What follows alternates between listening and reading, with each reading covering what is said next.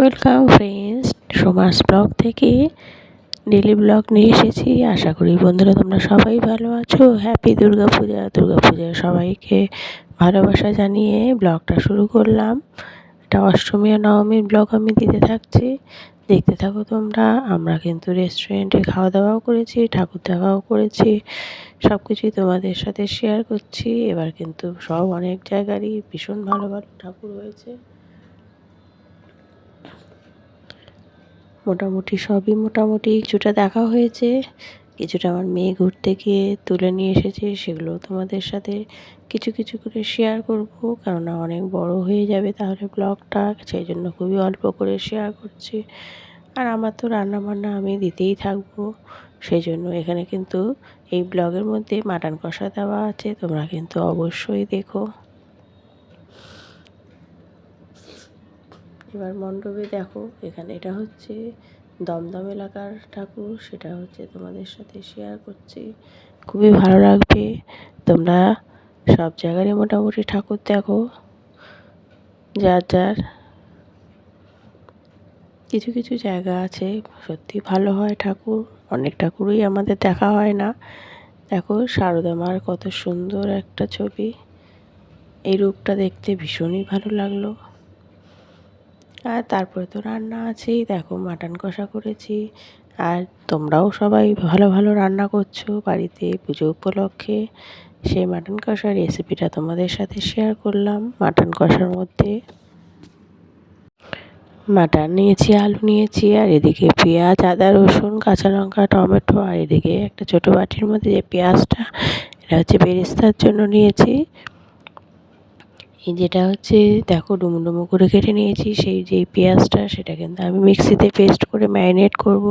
পেঁয়াজ, আদা, রসুন, কাঁচা লঙ্কা দিয়ে মাটনটাকে ম্যারিনেট করে রাখবো। মাটন কিন্তু ম্যারিনেট করে রাখলে খেতে কিন্তু ভীষণ ভালো লাগে। আর যদি মাটনে বেরেস্তা দেওয়া হয় তাহলে কিন্তু পেঁয়াজ ভেজে ওর মধ্যে একটু নুন আর একটু চিনি দিয়ে যে পেঁয়াজটা ভাজা হয়, সেই পেঁয়াজটা যদি তোমরা মাটনের মধ্যে দাও তাহলে কিন্তু মাটনের কালারটাও দারুণ আসে। কিছু কিছু টিপস কিন্তু আমি রান্নায় দিতেই থাকি, তোমরা জানো সেটা, যাতে তোমাদেরও উপকার হয়, সেই জন্যই আমি আরও বিশেষ করে টিপসটা দিতে থাকি। তোমরা জানো, যারা জানো না তাদের জন্য বলছি এটা। দেখো বেরেস্তাটা করছি, পেঁয়াজটা একটু নুন দিয়ে আগে ভাজবো, তারপরে যখন একটু নরম হয়ে যাবে তখন চিনিটা দেবো, দিয়ে তারপরে কিছুক্ষণ ভেজে বেরেস্তাটা আমি তুলে রাখবো। এই বেরেস্তাটা মাংস যখন সিটি মারবো প্রেশারে তখন এটা দেবো, ফলে কিন্তু কালারটা ভীষণ ভালো আসে। আমি কিন্তু কোনো কাশ্মীরি লঙ্কার গুঁড়ো দিই না, আর মাটন কিন্তু খুবই সুন্দর একটা কালার আসে। ফোড়ন দিয়ে দিলাম হচ্ছে দারচিনি, শুকনো লঙ্কা, তেজপাতা, গোটা জিরে, লবঙ্গ, এলাচ সব ফোড়ন দেওয়ার পরে দেখো নুন দিয়ে দিলাম যাতে ফোড়নটা ছিটে না আসে। খুব ফোড়নটা কিন্তু আমি বেশ কিছুক্ষণ ধরে আমি ভেজে নিলাম, দেখো যাতে স্মেলটা বেরিয়ে আসে। দিয়ে দিচ্ছি হচ্ছে যে মাটনটা ম্যারিনেট করে রেখেছি, সেই মাটনটা দিয়ে দিলাম। এক এক করে কিছু মশলা দিচ্ছি, শুকনো লঙ্কার গুঁড়ো, দেখো দিয়ে আবার একটু মাটনটা আমি নাড়িয়ে নিলাম।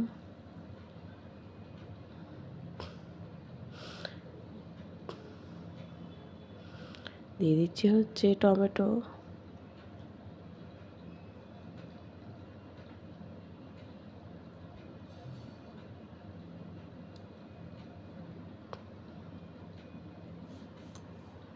এরপরে কিন্তু কিছু মশলা দেবো, সেটা হচ্ছে গোলমরিচের গুঁড়ো কিন্তু দিলে খুবই ভালো লাগে। দিয়ে দিলাম একটু ঘি, দিয়ে দেবো হচ্ছে একটু শাহি গরম মশলা। সব দিয়ে মশলাটা ভালো করে কষানো হয়ে গেলে আমি কিন্তু আলুটাও দিয়ে দেবো। কারণ আলুটা আমি কিন্তু ভাজিনি, এই মাটনটা কষার সময় আলুটা একটু দিয়ে একটু কষিয়ে নিচ্ছি যাতে মশলাটা আলুর মধ্যেও ঢুকে যায়।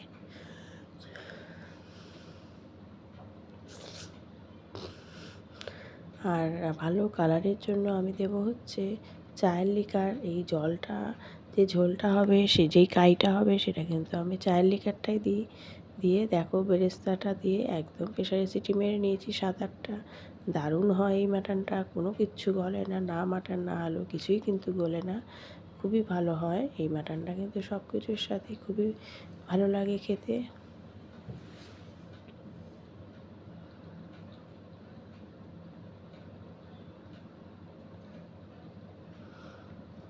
দেখো পোলাওটা হচ্ছে, এই চালটা হচ্ছে গোবিন্দভোগের চাল। সেটা আমি ভালো করে ধুয়ে রেখে দিয়েছিলাম হাওয়াতে, নুন আর একটু হলুদ দিয়ে, যাতে চালটা একদম ঝরঝরা হয়ে যায়, জলটা যতটা থাকে ততটাও যাতে পুরো টেনে যায়। তারপরে দিয়ে দিলাম হচ্ছে সসপ্যানে আমি চালটাকে ভালো করে ভেজে নেব।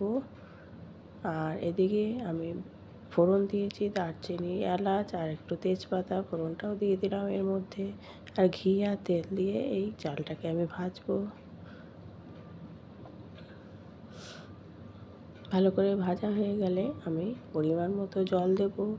যদি 2 কৌটা চাল হয় তাহলে 4 কৌটা জল দেবে। তাহলে একদম সুন্দর ঝরঝরা পোলাও রেডি হয়ে যায়। দিয়ে দিচ্ছি হচ্ছে একটু ঘি আর একটু চিনি দিয়ে আমি ঢেকে রাখবো। ফলে তারপরে আমি আবার বসিয়ে দেবো গ্যাসে। একদম সিমে করে দেবে, দেখবে খুবই ঝরঝরা একটা পোলাও রেডি হয়ে যায়। মাটন দিয়ে পোলাও খেতে কিন্তু সবারই ভীষণ ভালো লাগে। তোমরা সবাই ভালো থেকো। Thank you.